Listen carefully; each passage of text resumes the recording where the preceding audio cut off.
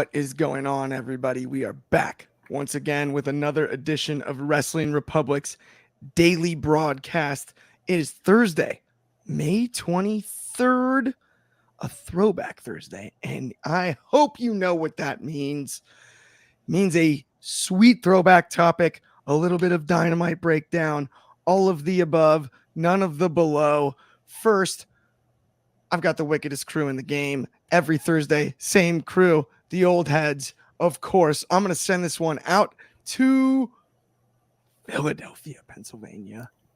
That's our head of opinions, Anthony Ricciardi. What's going on, my friend? How are you on this fine Thursday? I'm doing all right. It's been a long week. We got an exciting weekend coming up. Dynamite, the go-home show last night, and one of the most fun throwback topics and one of the most controversial moments in wrestling history we're covering. Absolutely. I can't wait to get into it myself. And speaking of things I can't wait to get into myself, before I even introduce our third panelist, I got to introduce our honorary fourth.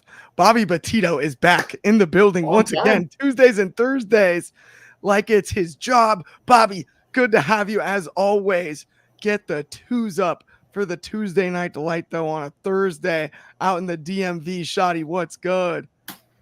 Throw them twos up, man. It's your boy Shad Talks Graps. That's Shad SHADTAWKSGRAPS on Instagram. If you're not following me, there's something incredibly wrong with you, as well as follow me on X, Twitter, OCDMV703.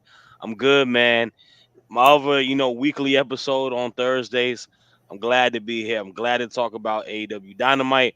A lot of pro wrestling to watch this weekend. I'm going to be in the disgusting state of New Jersey attending a wedding, and I'll probably try not to puke, but let's go. Dude, I love it. I got to also say, the fans have their twos up. Bobby Petito's got his two up. Sup dudes from Coach 23, a two from Coach 23. And I will say this. We appreciate it so much. I know you do too, Shad, but the day that you walk into a pro wrestling venue and a whole section just starts throwing up the twos is going to be the happiest day of my life. I hope I will be the happiest person in all of professional wrestling. We are fantasy booking me versus Roman Reigns at SummerSlam 2026 in Minnesota, night 2. Let's get it going. You're just going to your seat on a regular night. And everyone looks and they're like, wait a minute, that's the Tuesday Night Delight. Two's up.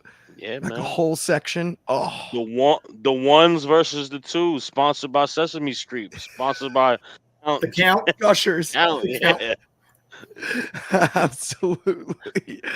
Okay, no. Speaking of sponsorships, there wasn't any sponsors on the blood that covered Malakai Black last night. Mm-hmm. Sure. It looked like a lot of grenadine, but I don't know. It did look like, I don't know. It was honestly what kind of threw me was the way it like caked onto him. It was red dye number 6, isn't that it was grossish, right? It was gross. But it did cover him effectively as far as like the crimson. He didn't just have a crimson mask; he had a crimson costume on last night. And Adam Copeland may have had something brought out of him that we haven't seen in a long, long time. We did see some hints at the Brood and some stuff from Edge in his late WWE run, but this feels a little bit like Blinders Off with Malakai Black and the way, the ice cold way he delivered that promo.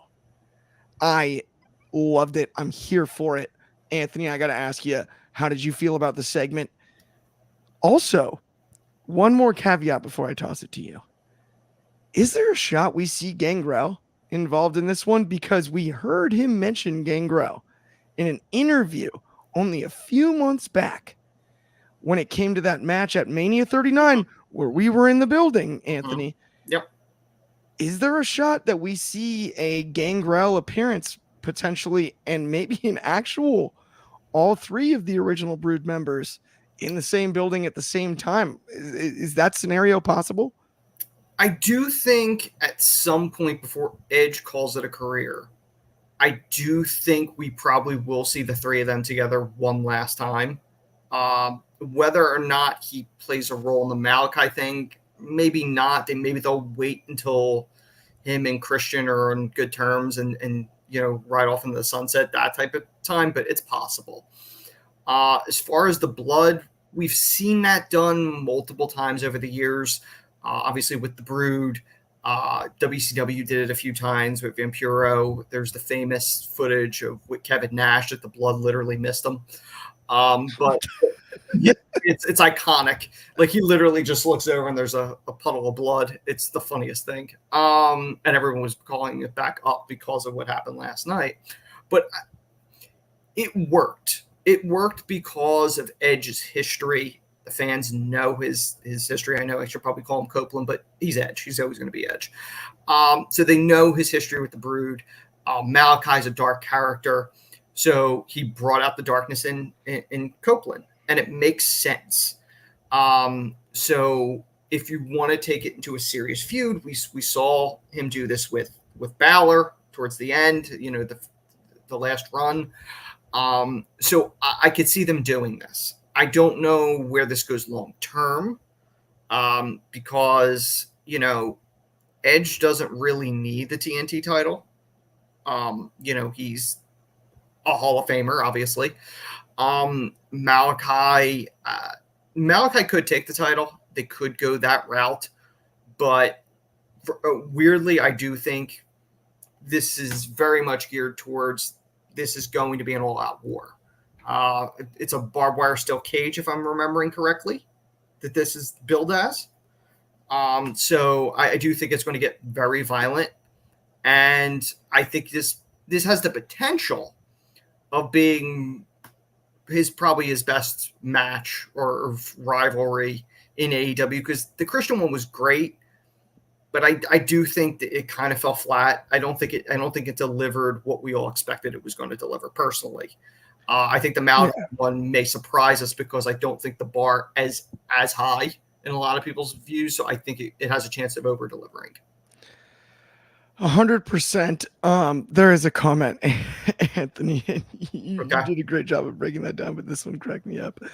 Anthony Manzano commented, I read somewhere they don't use human blood when it comes to scenes like this. They use either big blood or red paint.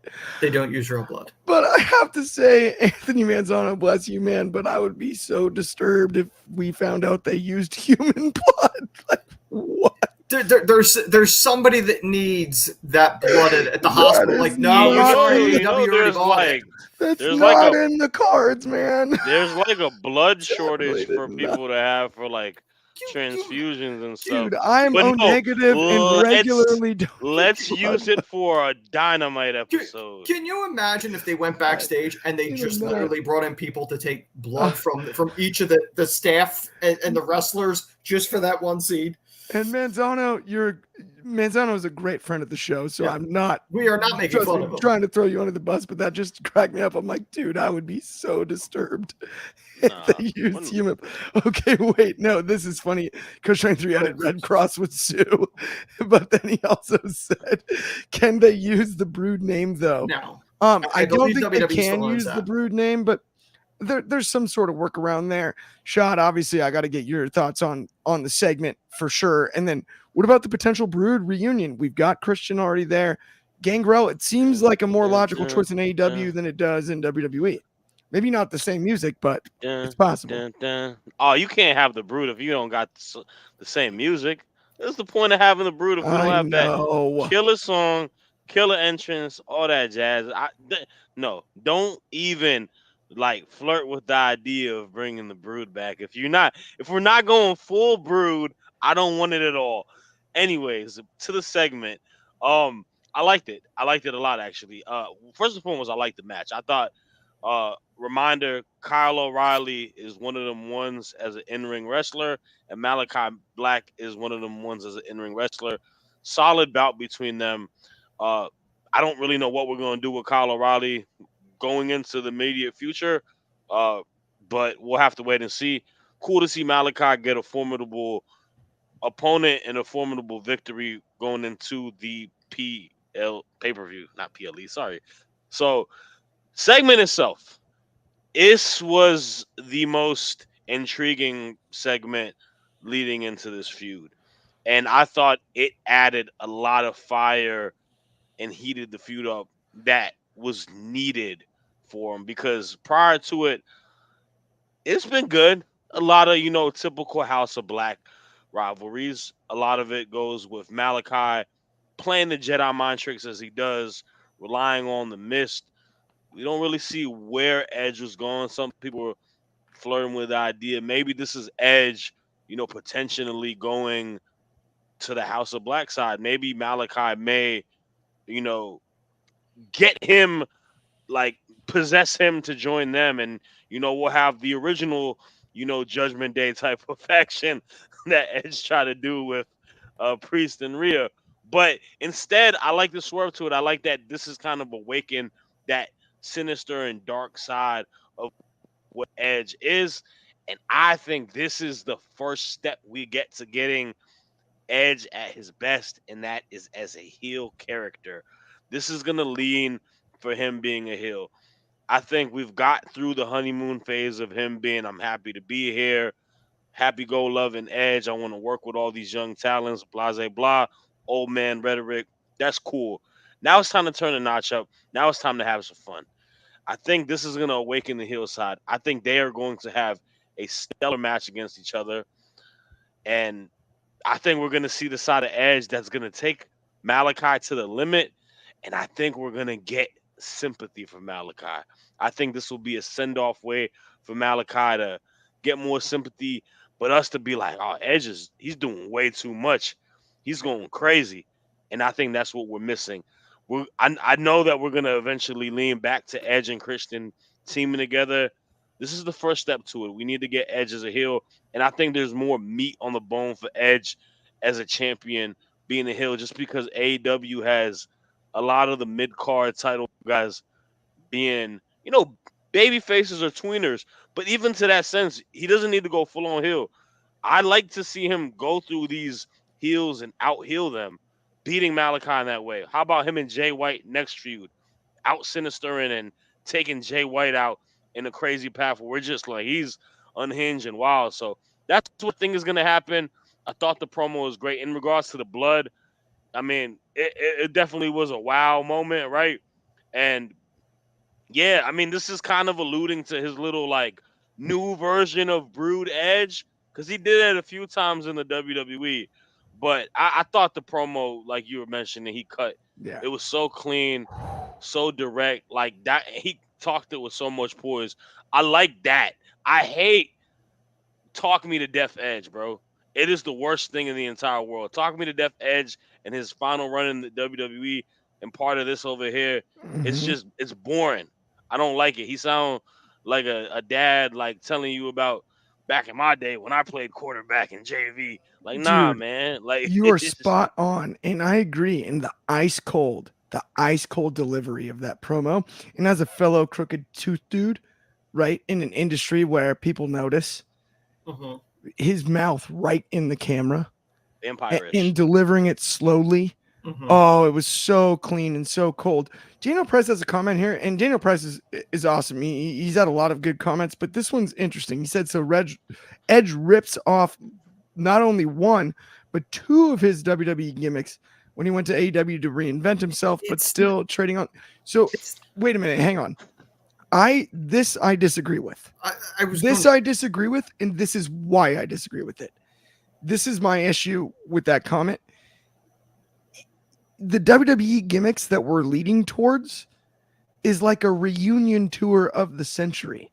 Ask the Eagles about when hell froze over.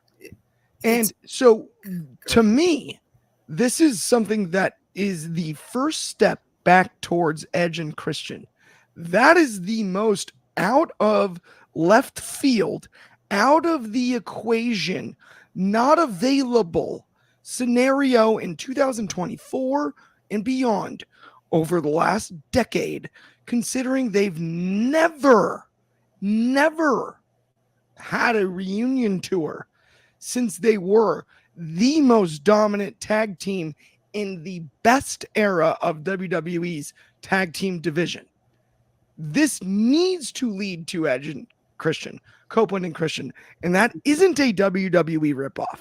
Mhm. That is, we have one shot at this Mhm. ever.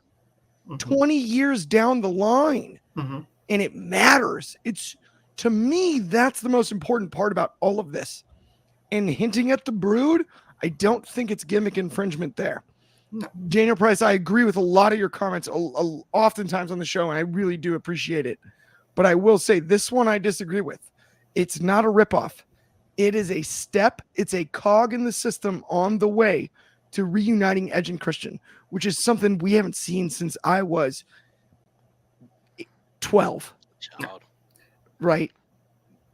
This is not a ripoff. I mean, in the simple fact that he was involved in all these things. He's not ripping off someone else's stuff. It's stuff he originated. He's playing his own hits. This is like a band that's going on a farewell tour. You want to see them play their greatest hits. So that's what he's doing within the confines of legality that he can do. But the long-term fans, like us, love this stuff. It's not a ripoff. It's playing your greatest hits. So you're not ripping someone else's off. Like, you can make the argument of somebody like Juice Robinson. I've said on air, I feel he's a ripoff of the Honeycombs mascot and a poor Macho Man. That's a ripoff. Edge doing his Edge stuff is not a ripoff. I agree. Before we move on to the next topic really quick, Coach 23 has an awesome comment here. He said, unless Christian Cage adds another big name in his group and kicks them out to the curb, that's when you see the Edge Christian reunion similar to DX 2006. So the DX 2006 part is the part I want to address. Mm-hmm. I thought that they nailed that nostalgically. Yes. In a way that is nearly impossible to do. I loved the DX06 run. It's the enemy of my enemy type deal. That's what it was. If we can pull this off, where it's the Elite that force Edge and Christian to unite, now we're cooking with gasoline. Now we are absolutely cooking with flames, because that will divide attention in a way that is so positive for pro wrestling right this second. I think it's the route you go. The key is you're going to have to do it in a way where you put young stars behind Edge and Christian. Not, and I don't mean that as in you don't put them over, but you need to put them under their leadership to get them over. The logical move is because we know Edge's history with FTR. Like, there's a thread there with the Elite, and you could pull that together. But the problem is you have, in theory, three faces, FTR and Edge, and Christian's a heel. So you'd have to find. But remember in 06, Anthony, and I'm not even trying to cut you off, but remember in 06, Triple H was a heel. Yeah. So they forced him. They forced him to have to listen to Sean. Here's my point. With that, you're talking about the Elite. Now, the problem is, because you already kind of sort of brought Tony Khan back. I know we'll get to that. But the logical move is Christian loses to Swerve, and the Elite are mad about it. That forces the turn. If you were doing it soon. You know what I mean? That would be the logical move. It does make a ton of sense. Yeah, we could talk about this, honestly, probably for the rest of the show.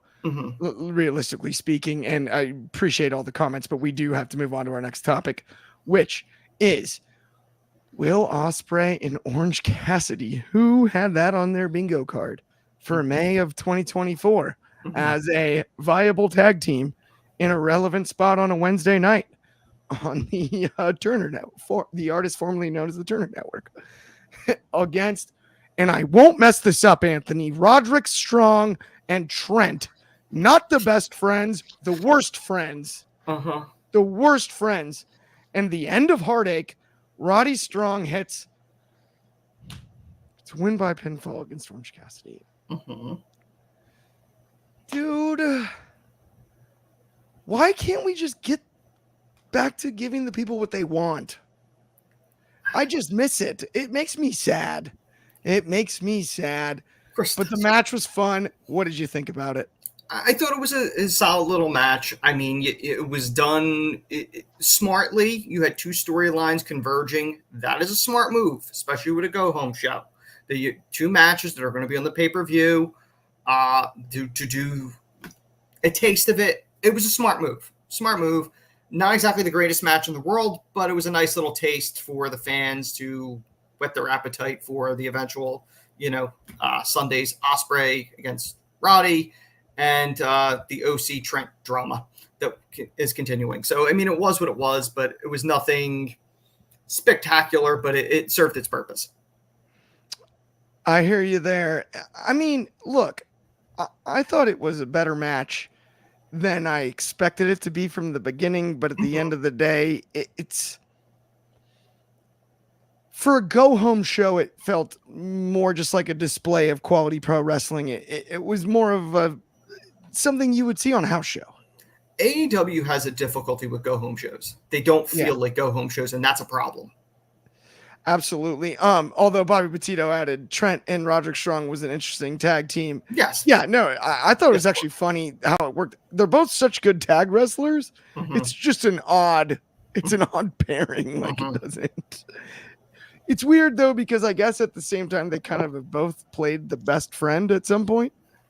Oh, yeah. Think about the Adam Cole portion. Like that is kind of funny. Yes. The irony of that is not lost on me, but something that's not ironic is our partners over here at Next Level. Let's talk about them. If you're ever looking for wrestling content, it's a thriving community. We got Takes, we've got us, we've got numerous names. It's excellent. And not only that, all of our stuff linked in one place, all of everybody's stuff linked in one place. Free to sign up, giveaways all the time. Go to nxconnect.me/Wrestling Republic to see all of our content across all platforms, linked all in one place. No gimmicks, no nothing. It's free, it's easy, it's user friendly. Go, if you like wrestling, if you like this show, immediately after, go do it. There's tons of content on there. You'll have a blast. Trust me, you'll enjoy it. And thank you so much. But let's, with that, move on to our next topic of the evening. Let's talk about the Bang Bang Gang and the return of a significantly inflated Rey Fenix. He looks yoked.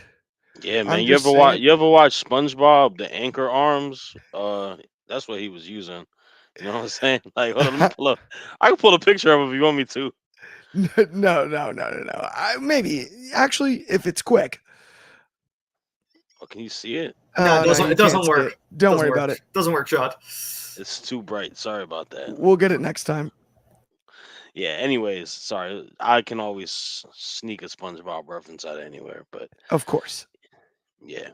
But yeah, definitely a jacked Rey Fenix. In regards to this, I don't know. I'm excited for a 6-man match going in to the pay-per-view. I think it's gonna be fun. It's always good to see Death Triangle back. It's good to see them have a direction. I feel like they've kind of just been chilling off to the side for a little bit. But I don't know, man. I feel like this is a weekly reoccurrence for me to always say, and for other people to say as well. I don't know what the direction is with Jay White. I'm kind of growing tired of the Bang Bang Scissor Gang minus the scissor to it now, right? Like they lost their scissors. They're a horrible craftsmen in that manner. But they lost all momentum. Them feuding with the Acclaim and Billy Gunn for all this time, I just don't really care about them that much. And I feel like it'd be best for them to kind of break off. So what I'm hoping is that they lose this match to Death Triangle, and then we can kind of, reassemble the troops in a way, because Jay White has an immense amount of potential to do incredible things as a solo star in AEW. There's a lot of different ways you can line him into. There's the TBS title. There's the international title. There's even the AEW world title. He's a gem where he can feud with so many different people, and we're not getting the most out of him. It's like one of those situations. I always compare stuff to sports. Like you got a wide receiver that can do so much, but you're limiting his route tree to such small things, right? He can get yards at the catch. He can do all of that, but you're just only making him run deep routes and whatnot. Like they got him in a very weird spot being in the 6-man team. And I like the Guns, but I think even with them, they'd probably be better as just a tag team. I think they both have a amount of charisma and talking ability where they don't need a third person. So I'm hoping they lose the Death Triangle. I think that's a old reliable trio. They can make ways of a trash title. Sorry to tell everybody that trios title's trash. Like there's not enough trios in it anymore, but they can make something. But at the moment, yeah, it was cool. They heckled Jay White last night too. Unfortunately, they didn't like his promo, but low point of the night for me. I am in agreement on this one. Numeron Superfly added poor Jay White, how much he's fallen down the card.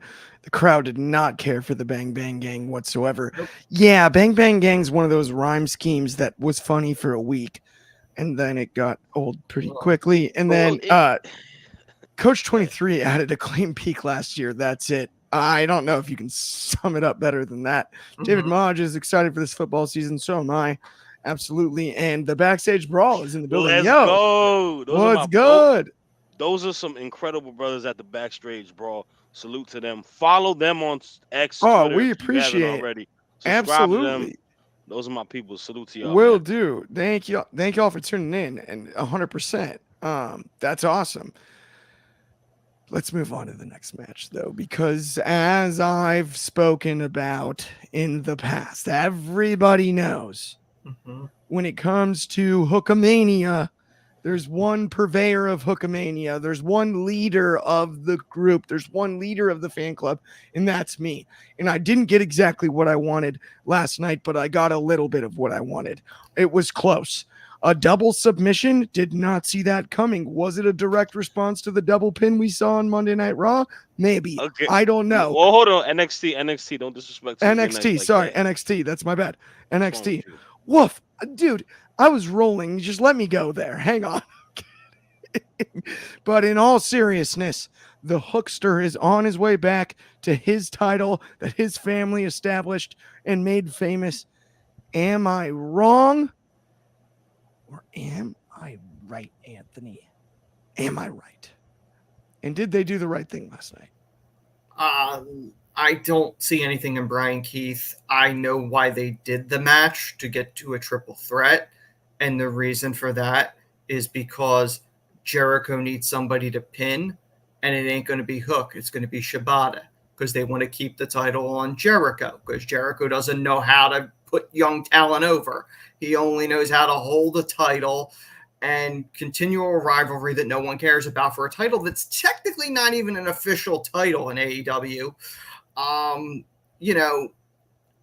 It is what it is, but quite frankly, you could see the writing on the wall that Shibata's being added in this to lose the same way Hangman was added to that triple threat with Joe and Swerve to lose. Like they're essentially throwing the third person in to lose, and it's telegraphed, and that's what this is.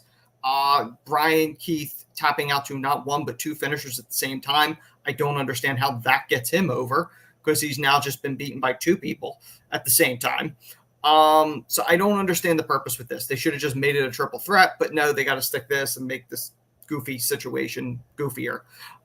So I kind of know where this is. You kind of see where this is going. This is going. Cook's going to not lose, but not get the title either. Shibata's going to take the loss. I can't believe you would do the Hookster like that. After I'm not all doing of him like this. that. Tony Khan's doing him like that. Hey, everybody. Let me tell y'all something. There's a beautiful post on the Wrestling Republic IG page from me a couple of days. If you don't follow me on Twitter, like I said, there's something wrong with you. Chris Jericho is not the problem. Hook is the problem. No. Hook is lackluster. Hook You is take not that stepped up back. to the occasion. Hook is going against a potential Hall of Famer and hasn't risen to the occasion. We're not putting all the blame on Jericho anymore. Hookster needs to take some accountability, because he has been a subpar talent. He is the Kadarius Toney of AEW. I think it's I wow. Um, I strongly option E strongly disagree. When it comes to the I hookster, even used the chief I player think for you, buddy. Jericho's doing well. I like the Tony take, but this is not the fault of the hookster. If anything, I blame Shibata and Oh, it's What did everyone his else. what did cronies. Shibata do? As the I fact love that he was involved in the finish at all, it's Oh, this hold up. Can I say one thing though? And this isn't of all on AEW. course. This is on wrestling this week. This is on Michael Hickenbottom and this is on Anthony Rafiq Khan. Why are we doing these finishes? These finishes are so darn lazy. I do not like them. And the fact that they have happened on back-to-back nights, as a wrestling fan, this is asinine. This is acid 10, 12, 13, 14, 16, 18. 100. Power levels at 3,000 if you a DBZ fan. All of Yes. that, man. Okay. Our next topic, and that was electric, by the way, my friends. But let's talk about our next topic. Let's talk about Mariah May and Tony Storm teaming together, and then Harley Cameron and Saraya teaming together, because it's a topic we've talked about on air since Sunday Night Spotlight, essentially. We've brought up Yeah. all of these women's wrestlers in the last week on this network. Storm Zero for the win over Harley Cameron. Shoddy. Dude. At least featured, given time, good match. Got to give Yeah. credit where credit's due, right? Nah, this was actually a high point for me last night. And it covered base on a lot of things. My criticism going into the Double or Nothing pay-per-view has been the build for Tony Storm and Serena Deeb, because I feel like a lot of time has been allocated to Saraya and Harley Cameron and Tony Storm and Mariah May. Like, we've done many variations of matches with them, and they've been stellar. Harley Cameron is a person that I didn't not know what to expect as a wrestler. I think she's super charismatic and funny, but she has definitely done well in ring wise.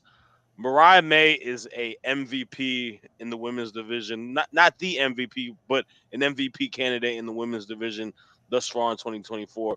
And Tony Storm is great. Saraya, I think, like I said on Sunday Night Spotlight, I think her and Harley Cameron working together is beneficial for both of them, because Saraya does lack kind of everything really, and Harley Cameron adds that flair for her, because she's been a little dry spots in regards to character. I think she has the veteran presence and all that, but it adds something different to it, especially because she lost her entire faction. So solid bout of a match. I think there are teasing little rifts between Mariah May and Tony Storm within ways, but also they have continuity and able to work as a tag team. I like the I like the post match stuff, and I liked Serena Deeb attacking her and doing the submission move on the chair. And I'll tell you why. My biggest issue going into their feud was what we were presenting Serena Deeb as, and that was a baby face. And I think that is not anything that plays to favor for her, Yeah. because one, not over with the crowd. She spit a very passionate promo about real life stuff. The crowd didn't care too much about it. That's not a good thing, right? So I think Tony Khan listening to that, getting that receptiveness is like, you know what? My over person is a Tony Storm. I need to let her be the baby face in the situation, and we need to lean into Serena D being that, you know, killer instinct, being a submission person, being fed up with everything, and attacking her in that way. It's good going into it. I still say this: the build up for this feud has been, eh. They're giving it more time, and it's all right. But my main criticism is that you have a definite problem when it comes to championship belts, because the TBS women's title matters way more than the AEW women's title, Oh and yeah. that is credit of a booking, most importantly, but it also is credit with the champions. I think Willow Nightingale is a better champion than Tony Storm. I think Tony Storm is a great character. I think she's funny, but I don't think she's a great champion. I think the character has overshadowed the title reign and the championship. Willow feels like a champion, and she's doing something that a lot of people in pro wrestling can not do: be a baby face and being a strong baby face as champ and continuing to root for her throughout the process.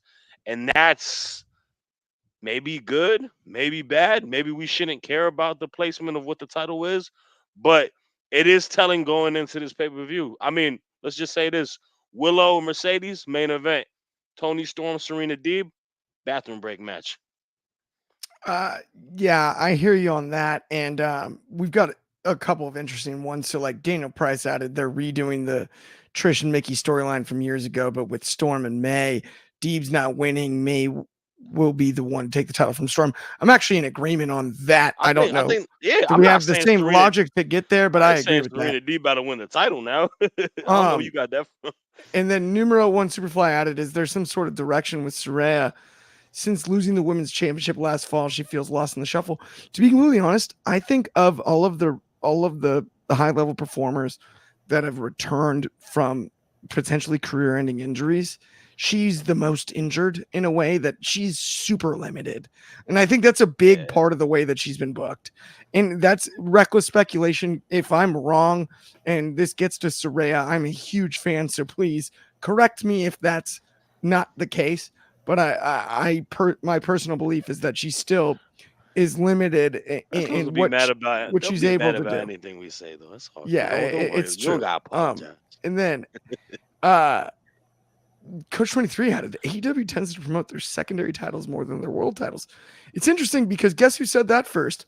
Tie Clip Boy. Sorry, Tie Clip Guy. He's the one that said it. He was the one that was like, there's no world titles in AEW. They're all the belts are equal. And try to make the TNT belt that was Cody's quote. That's where that started. They had a lot less titles then. That's true. Well, he's a 3-time guy. He's a 3-time TNT guy. That's the Cody title, right? That was his big, long-lasting mark. I love that it all goes back to the guy not there anymore. I know. Well, he invented that concept. You got to give him credit where credit's due.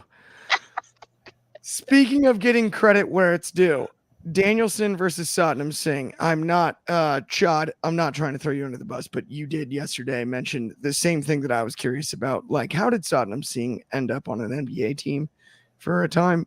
It's an interesting thing. I have no idea. I need the entire numbers of what he was testing into the combine. I want the scouting report. Yeah, the scouting report. It needs to be there because besides the fact that he's 7'5", I think I can beat him in a foot race, and I'm very slow. I'm afraid Enzo Amore wrote the scouting report. It's just he's 7 feet tall, and you can't teach that. That was his agent. I mean, but seriously, what is he good at? He wasn't good tall. That's about it. He was good at literally nothing. And the thing that I've had an issue with because he carries height well. On the beautiful, you can't teach. In the world of Elon Musk's ex, I've had people saying, "Oh yeah, he's there." Oh, no, Omos is not bad. Omos has actually been able to wheel out pretty good matches. Lesnar, Seth, he looks more imposing. He's more dominant of a threat. Satnam Singh did not deserve that main event. And my biggest issue with everything last night is that we don't even have this guy as a topic on today's show. Our world champion had an interaction with Christian last night, and he was doing it at 9:00. This is a guy who has a main event this coming Sunday, and he doesn't get to open the show because that goes to another mid-card title match, and he doesn't get to close the show because it has to deal with the anarchy at the arena and the EVPs. Swerve Strickland, and I don't care. This has become a topic about Swerve Strickland because if they're not going to close the show without him, I'm going to close the show with Swerve Strickland. He deserves to be treated and presented like a world champion, because this guy is your world champion. He had us tugging at our heartstrings going into being the champ. The fans love him. He's so over. They're chanting his name. They love Prince Nana, and he has a feud with a man who is a top-notch heel in professional wrestling, and we got them doing the 9 o'clock circuit. Plus, he's got to wrestle somebody the week of going into a title match. I don't care if him and Nick Wayne have history. He's the champ. Why is he wrestling so much? This is the AEW World Title. This isn't a mid-card title. It is pathetic to me, man, and it's super annoying. And I might be the only person that feels this annoyed by it, but I really do. And I think it's a disservice to Swerve because he doesn't get the treatment of being a champion like past champions. He's not getting presented like that. Regarding to the end of the match, I will talk about that briefly. Chaotic, fun. Darby coming out with a flamethrower is the big topic at hand, right? That was awesome. And I'm excited for Anarchy at the arena. And I don't think it shouldn't have not closed the match, but we got to put more respect on Swerve, man. That's all. I want to start by saying I am in the same boat. Swerve Strickland winning the title was a huge deal. If you saw my pound for pound rankings, I went based off the UFC system. I went by title. Controversially, I did put Swerve ahead of Cody Rhodes on that list. He was the more recent champion at the time. You can say what you will about the list itself, but if you look at the rest of the list, it makes sense. And Bobby Petito, my good friend here in the comments, would put some respect on Swerve Strickland's name. Yes, sir. That's all I'm saying. He's that dang good. But let's talk about this flamethrower. Mm-hmm. Because Tony Khan was involved in this segment. And I did not expect Tony Khan flamethrower Darby Allin. Even on Dynamite, Anthony, you've been critical of Tony Khan, obviously well documented on this show, and I'm not throwing you under the bus when I say that, respectfully so. You've been respectfully critical because you have a well documented history of fandom of pro wrestling, and your critiques make sense. Okay. Did the flamethrower help you at all? Did it do anything for you? I do want to say one quick thing because I agree with Shad. It's very clear that AEW's booking is just Tony Khan's booking. Essentially, Swerve is an afterthought as a champion, just like Ring of Honor is. But the flamethrower, visually, very cool, shocking moment. Nice little moment. But what's purpose does it really serve? It's not like Darby's going to shoot it at anybody. Like, it's not like he's actually going to use it. It's a cool visual, but does that really add anything to Anarchy? Do we expect him to use the flamethrower at the show? Do we expect him to set the Bucks on fire? I don't anticipate that. Darby's crazy enough to set himself on fire. That's totally a possibility. I thought it was a cool visual, but as a whole, the show struggled with the go home aspect. The purpose of a go home show is to motivate people to A, be excited to see the show, and 2, to put out their money and pay to see the show. I didn't get that from last night's show. Swerve was an afterthought. You have the Anarchy thing. I don't think it compelled me one way or another to put out the money to buy the show. If you're just basing it on that, that's really not the go home show. And I know you can make the argument Collision's the go home show. No one's watching Collision. No one's watching Rampage. Their biggest audience, which they're struggling to keep, is on Dynamite. That is your core audience that you're trying to get to motivate to buy the show. The lasting visual of Darby with the flamethrower, that's a great visual.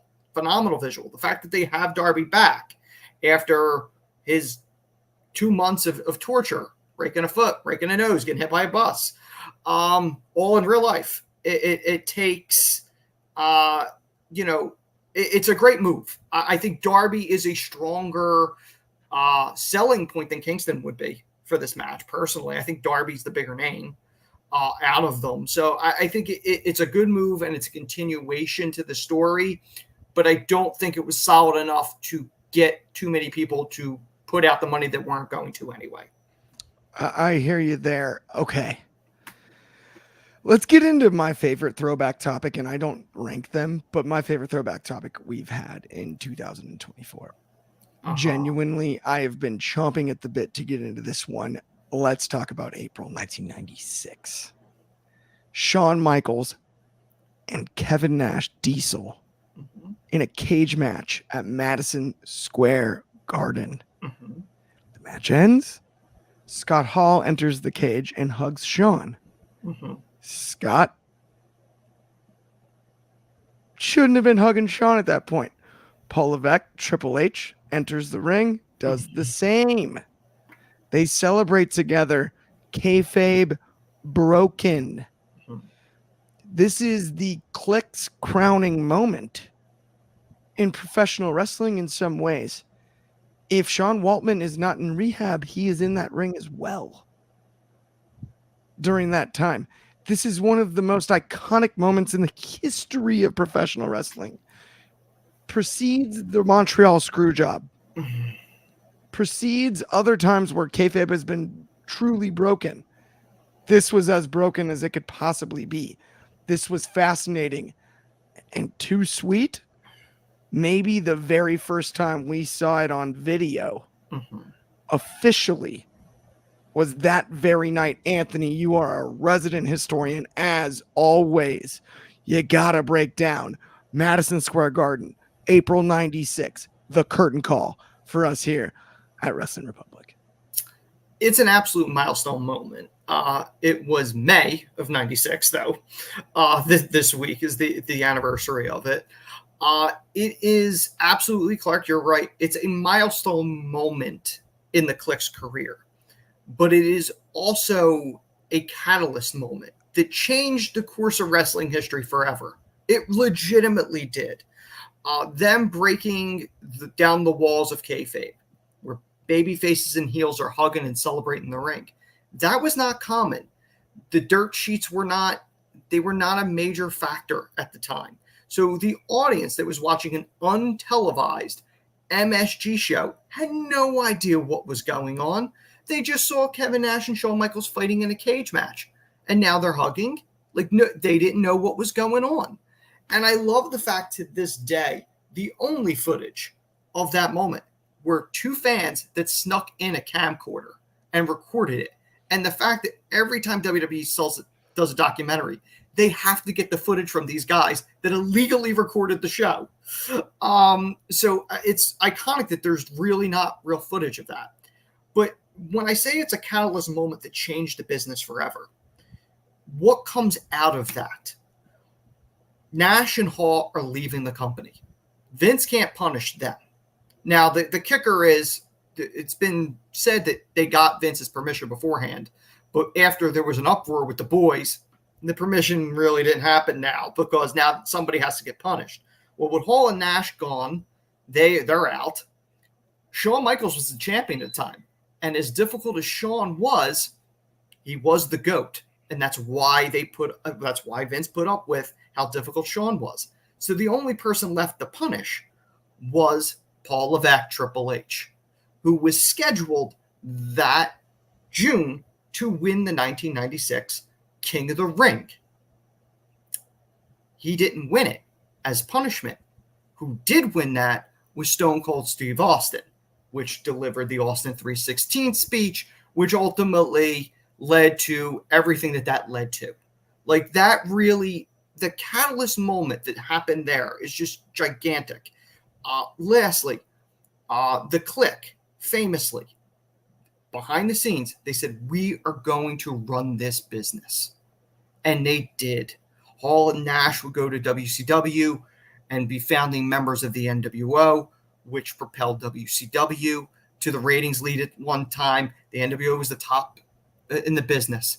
Shawn and Hunter soon team up to be DX, and everything that led with that.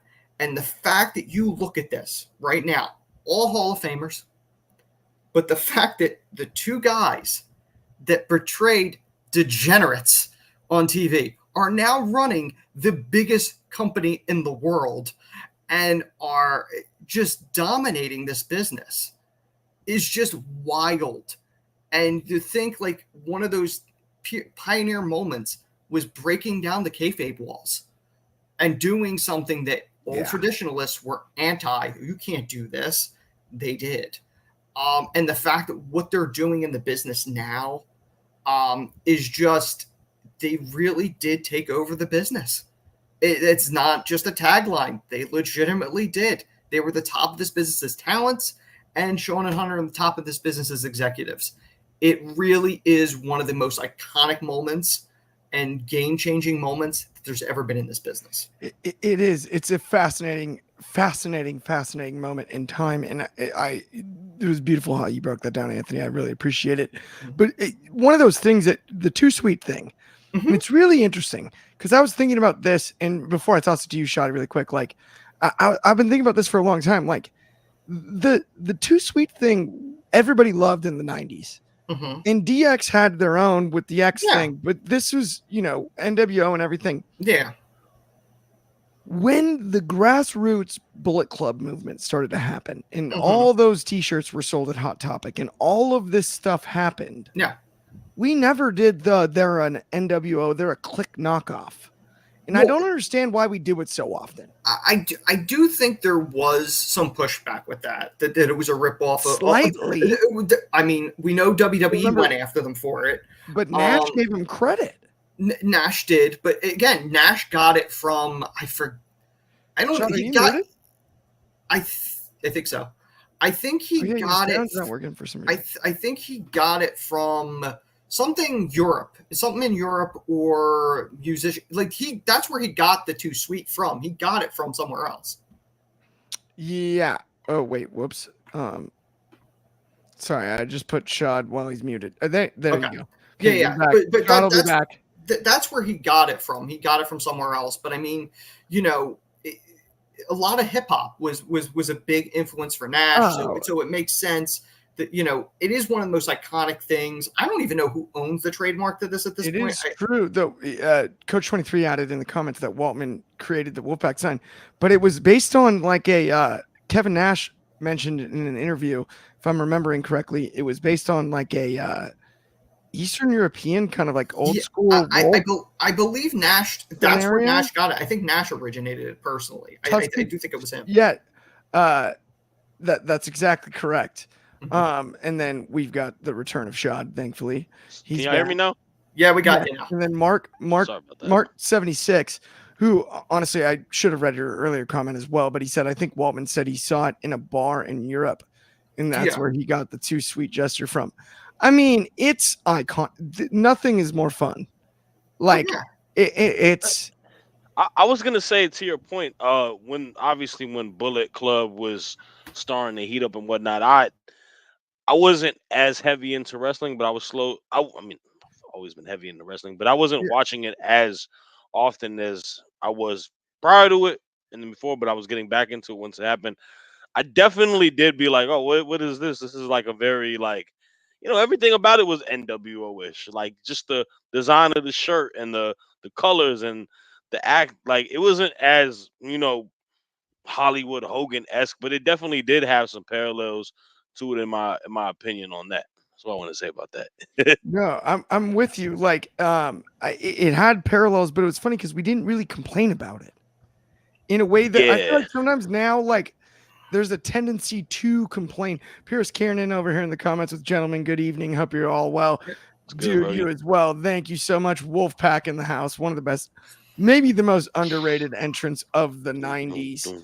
I mean, I don't think it's underrated. I mean, I think our generation absolutely loves it. Is that Silk the Shocker, right? It is.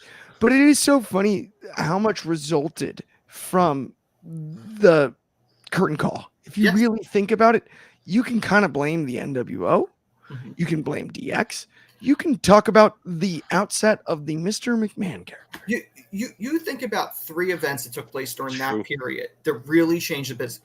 The curtain call, Alundra Blaze throwing away the women's title in WCW, which is what caused the paranoia that Yep. Brett was going to show up on WCW TV with title. So like all those events that happened really changed the business forever. If you're condensing it down to like 3 things, and the Austin winning the King of the Ring, I kind of wrote that in with the curtain call because it was a punishment based on that.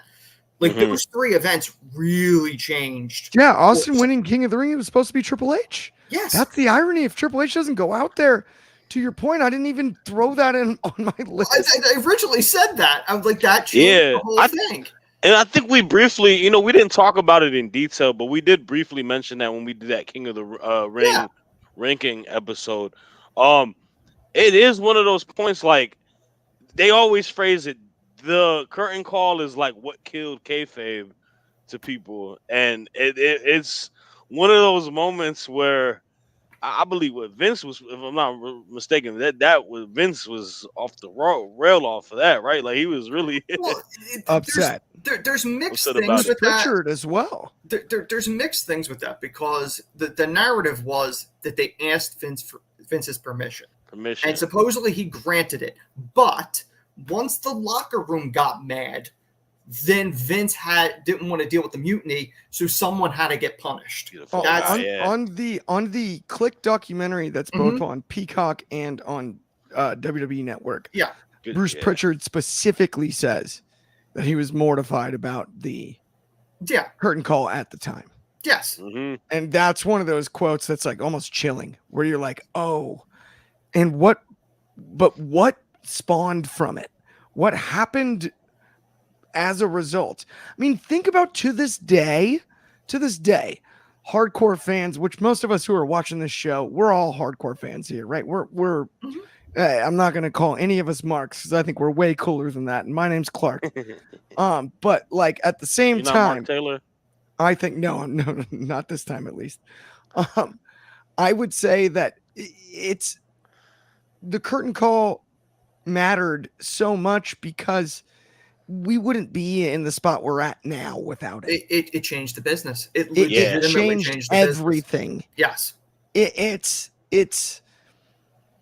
It's why Shawn Michaels is in charge of NXT. It's why Triple H is in charge of creative at the WWE.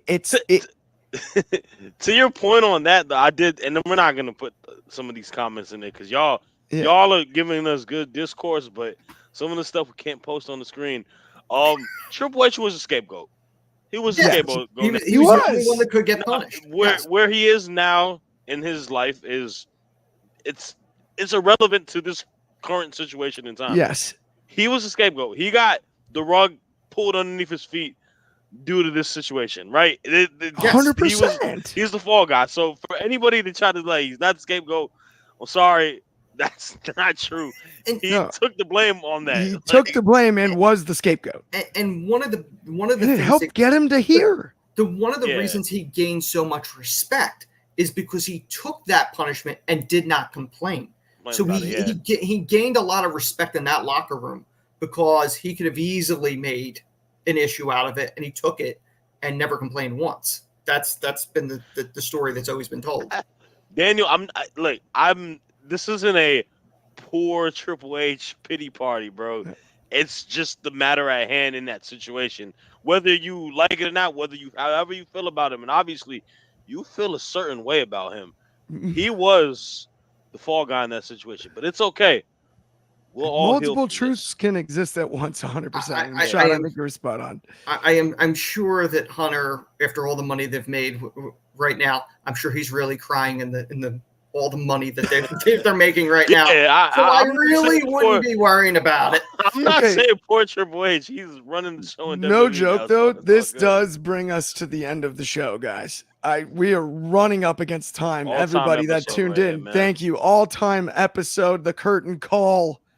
Thumbs up if you haven't already. Like and subscribe. It means the world. On behalf of me, Clark Taylor, Anthony, Shad, all of us at Wrestling Republic, thank you for tuning in. Tomorrow will be 3 hours earlier in the day. Please tune in. It means the world to us. Have an excellent Thursday night. Enjoy it. We've got a sweet weekend of wrestling coming up. Enjoy that. 2 pay-per-views, PLEs, 1 weekend. Have a great day.